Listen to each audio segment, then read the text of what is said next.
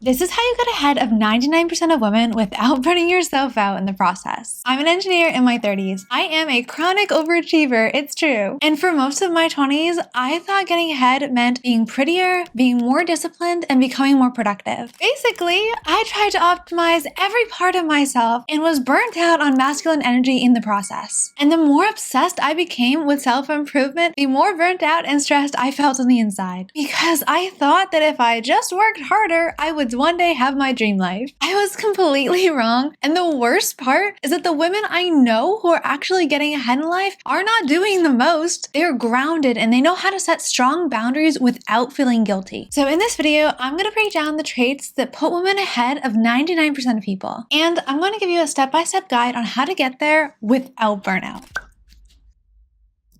Trait number 1.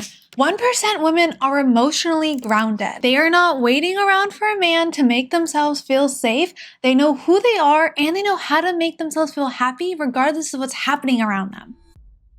They have mastered the art of nervous system regulation. And this sentence gets thrown around all the time on the internet. But if something in your external world causes you to feel strong emotions, triggers something inside of you, that means that you haven't yet learned how to regulate yourself. What other people are doing, saying, or thinking about you should have nothing to do with your emotional state. And when I was so trapped caring about what other people think of me, I was constantly at the whim to other people's emotions. My emotional state was dictated by what was happening around me instead of what I actually felt. And the women that I know who get ahead, they're happy and content in themselves regardless of what other people think. So if you're stressed at work, or you just got through a breakup, or your car breaks down, the 1% women know how to handle these stressful events without going off the deep end. If you have ever sent a man a paragraph text, you have not mastered the art of emotional regulation. And I'm not just a talking head on the internet, my mom's the founder of a psychology company. So everything I share with you that talks about psychology is from her teachings. And the key first step in order to become more emotionally regulated is to learn how to create a gap between your thoughts, your emotions, and your actions. When you have a thought or emotion arise in your head, there's nothing that can be done with that. That first thought, first emotion is instinctual. The next thing that happens is your action, your choice.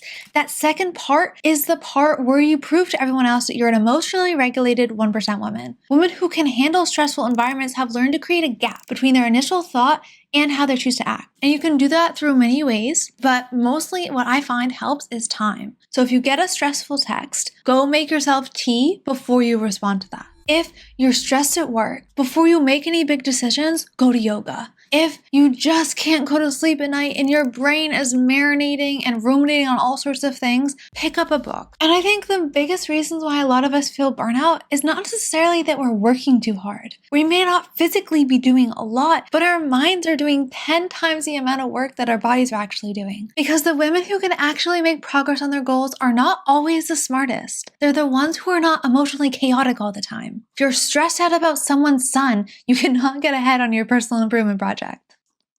Part 2. Stop being a pretty people pleaser. I struggled with this so much in my 20s, and I would twist myself into a pretzel in order to make everyone else happy, and it is emotionally exhausted. You cannot improve your own life if you're stressed about what everyone else thinks in the process. Your opinion has to matter more than the opinions in the peanut gallery. I could only start posting online when I realized that what I have to say is more important than the comment section. Your plan and purpose on this planet has to be the number one priority if you want to stop being a people pleaser. You cannot be putting other people's opinions above your own. That is called self-abandonment. And the worst part of it is when you're acting as a people pleaser, you're actually trying to be nice and helpful and make everyone else around you happy, but people actually resent you for this. I have been so annoyed with other people who are people pleasing because it comes off as very ingenuine. Asking yourself, is this person doing this because they actually like me? Or are they just doing this to manipulate me? And everyone hates people pleasers because it's a cute way to manipulate everyone around you. You cannot get ahead in life if you're constantly managing everyone else's emotions. What other people think of you is none of your business. It is their perception and it is their problem to solve. You trying to control their perception is just you being controlling. The two things that most help me to stop acting like a people pleaser is, one, to put myself on a pedestal, to realize realize that my opinion matters a lot more than what other people think, to realize that this is my life. I'm the main character in the story. Everyone else is just a side piece. My family, my friends, my partner, they are all extras in my movie. They rotate around my perspective. And when I was finally able to realize that I am the sun in my own little universe, that's when I was able to make decisions that were best for me instead of just being worried about what everyone else thinks. Keep your focus, attention, and your energy only on the things that you have the capacity to solve. And it is not a selfish thing to put yourself first. And once you learn how to actually mind your own business, you will realize that a lot of things that are problems actually have a way of working themselves out. So your friend's drama, your aunt's opinion on your outfit, they just kind of fade away. When something is bothering you, the most important thing I wish I could tell my younger self is to realize what's in your control versus what's not in your control. Things that are on your paper, on your problem to solve, are your activities, your work, your feelings, your emotions, how you act and how you think. Everything else is not your problem. And I know you're loving and you're kind, so you want to help out everyone else. But the best way you can help out the people you care about is to first put on your own oxygen mask. Then you can go help others from a place of full abundance. And when you give from that overflow cup, it is automatically cherished by other people. If you're giving from an empty cup, you'll resent everyone around you because you're neglecting yourself in the process. And the other thing that has really helped me to stop being a people pleaser is to learn how to set boundaries. If you're still stuck in people pleaser mode, boundaries can feel kind of mean. Like, you don't want to put someone in their place. You don't want to create a rule for someone else because you're afraid they'll leave. And that's really terrible. Like, if you taking care of yourself would cause someone else to leave, they clearly don't love you. And congrats, the boundary has helped you live a better life. But I was always afraid that I'd be abandoned by someone and then I'd be alone and die with my cat. So that irrational fear still definitely exists, but it doesn't exist when I tell people no, because I know that people who love me will be respectful and actually appreciate the boundaries that I give. And it seems like when you're dating too, you should just be a good girl and be liked and make it easy for other people. But actually, men will respect you more as you set boundaries because it shows you have self-respect. And if you can show them you have self-respect, then it shows also that you will respect them. And that's kind of the key to having a healthy relationship, is this underlying sense of respect. 1% women get ahead because they're not constantly managing everyone else's emotions. They mind their own business and they pour their time, attention, and effort into themselves before they try to help everyone around them. Okay, part number 3. We're gonna cure your self-improvement addiction. Yeah, I was addicted really bad in my 20s, and this all comes from a lack of self-worth. I was working so hard at self-improvement because I thought that if I did all these things, I became this person, I became that girl, that I would finally feel enough. I would finally feel like this goddess-like version of myself, and then I would have all these friends, and then I would have my dream partner. But that's not how life works. You could play this personal improvement project until you die. Thank goodness, we have a long time to become the best version of ourselves. But if you're waiting to live your best life until you're finally that girl, you will constantly be waiting, because as you go along the self-improvement journey, the goalpost moves every single time you create a new goal. And in the process, you're kind of feeling terrible about yourself because you realize that every time you watch a self-improvement video, you discover another problem about yourself. Something else is wrong with you that you're supposed to fix. And I think the biggest issue with self-improvement culture, especially for women, is that it instantly pushes you into your masculine energy. My work is very masculine. I'm a civil engineer. It's a very male-dominated field. And my career demands of me that I have a more masculine outlook on things. But in order for me to be happy, I need to have time in my feminine energy. Because even if this is my day job, my core essence is still a feminine being. If I want to feel at ease, productive, and like that goddess version of myself, I have to step into my feminine energy. I have to come out of thinking mode, constantly doing, and being hyper productive, and get into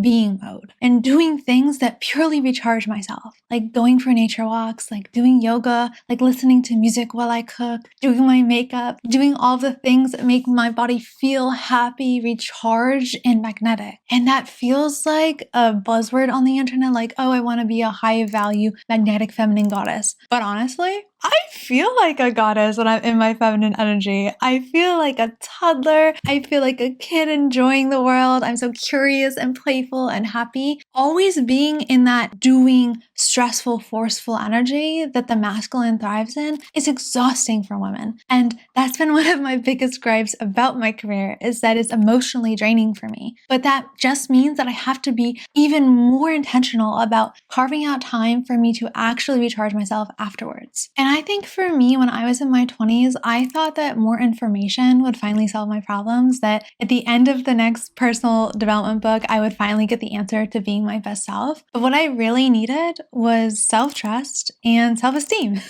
And once I got those things, I could see self-improvement as an option instead of a requirement. Because if you're stuck in self-improvement culture, thinking it's a requirement, you're addicted. But if you're realizing that it's an option, a fun other goal to explore new parts of your life, then it becomes something that can still fuel you and fill up your cup. Okay, the next required trait of all 1% women is that they are extremely grounded in their own self-concept. They do not let other people or rules dictate who they are. They have a crystal clear self-concept, and their identity is what's running the show instead of other people's opinions. And when you start to build habits out of identity instead of brute force willpower, you're going to get way farther ahead in life. So if you realize that your goddess version of yourself is someone who goes to Pilates 3 times a week, who makes homemade green juices, and who goes to see her friends every weekend, that just becomes part of what your daily life is like. You don't need any extra willpower to go make yourself a green juice. That's just a normal Tuesday. And I think the key to getting ahead on your goals is to be embodied more and more in that future version of yourself. But in order to be her, you have to let the old version of yourself die. In order to let go of those bad habits, the best thing to do is to identify them as a past version of yourself that no longer exists. She's dead. We're moving on. We're doing more fun things. And we are now this elevated, upgraded woman who we are stepping into. Also, I know I'm supposed to be the influencer here, but I was influenced so hard to get this product. Everyone has been using this on my Instagram and I had to buy it. I was suckered into it. It's true. It is magic though. It like melts the makeup into your skin. And I've been using this for years. This works better than the fixing product, so. Okay, if you want to create an up-leveled core identity, the thing that I'd suggest you start with is scripting.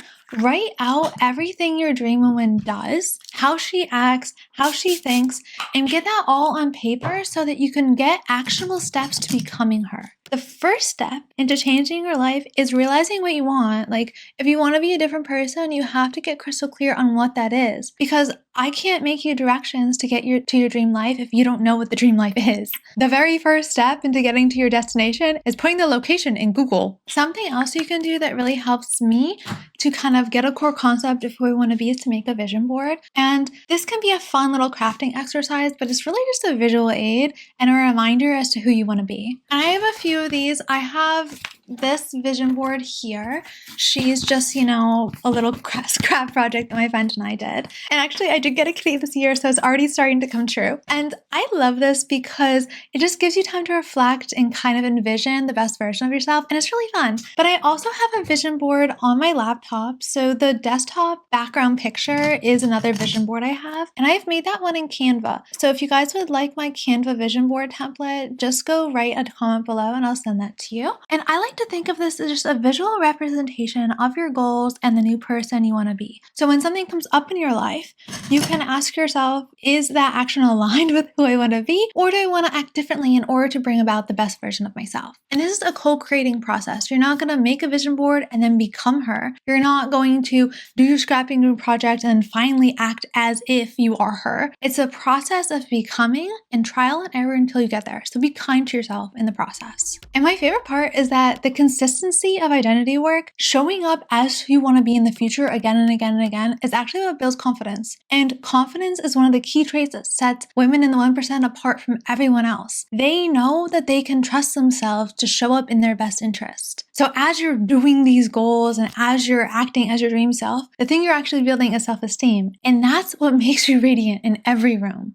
Okay, the next thing we have to talk about is how terrible self-improvement culture is specifically for women. I already talked about how this destroys your feminine energy, But women are not smaller, less hairy men. We are built completely different. Your productivity throughout the course of the month looks different than a man's productivity every day. Their hormonal system supports them having the same exact routine every day. Your system is different, and that's not a disadvantage. That's actually a huge asset. And once you learn to work with your feminine system instead of against it, you'll become insanely productive because you'll know during what parts of the month are best for you to rest versus push forward on your goals. And then one of the things that really helped me with this was reading Alyssa Vidi's In the Flow. And she talked about when during your cycle is the best time to do different things in order to be the most productive. So I always have a period tracker on my phone so I know exactly when I am in my cycle. And there's 4 different parts of your cycle. And as you begin to realize the change in your energy levels and your physical body during that time, you can learn how to best support yourself and best support your feminine energy. And when I was so addicted to masculine self-improvement culture,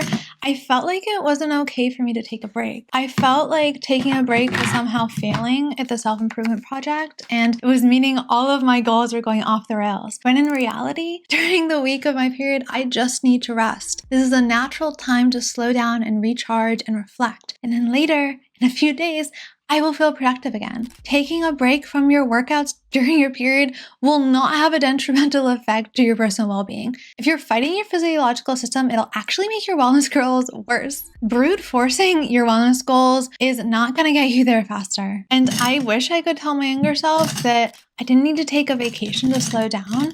I could do things with ease in the moment. And actually, I would be more productive if I gave myself permission to rest and recharge before I stepped ahead. So if you're feeling burnt out from your goals, it's not failure. It just means that the system you're using isn't supporting your body. And if you support your body before you try to do all of these ambitious things, it'll actually get you to all your goals faster. 1% women are not addicted to validation. If you are a gold star straight A student, I bet you're addicted to doing well. And you feel all better about yourself once you get a gold star. But guess what? You need to learn to separate your achievements from your self-worth if you want to actually get ahead in life. Because you will not be fantastic at everything, and you will burn yourself out in the process trying to be perfect all the time. No one connects to perfect people.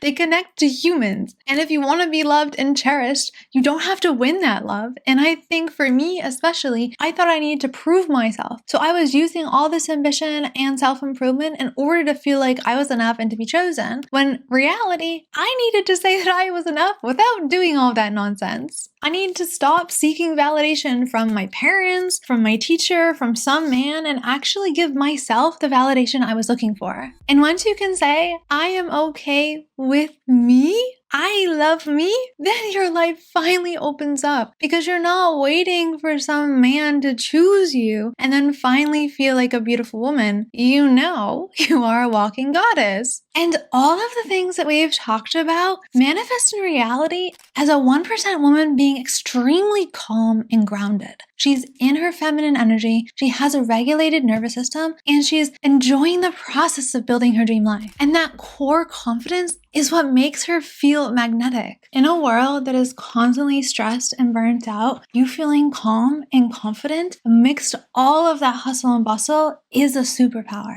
Also, if you follow my Instagram, you know that I always use these bonnets. I am obsessed with the overnight curlers, but I also just got this bonnet from Yenny Best, and it is so nice. It's so much easier to use than my old bonnet, and it makes my hair look like absolute princess hair in the morning. Look at this. So no damage, no heat, just beautiful, pretty princess curls. And these actually stay, so my hair doesn't hold a curl very well unless I have an overnight curler in, but usually the curls fall out pretty quickly if I use a heat curler.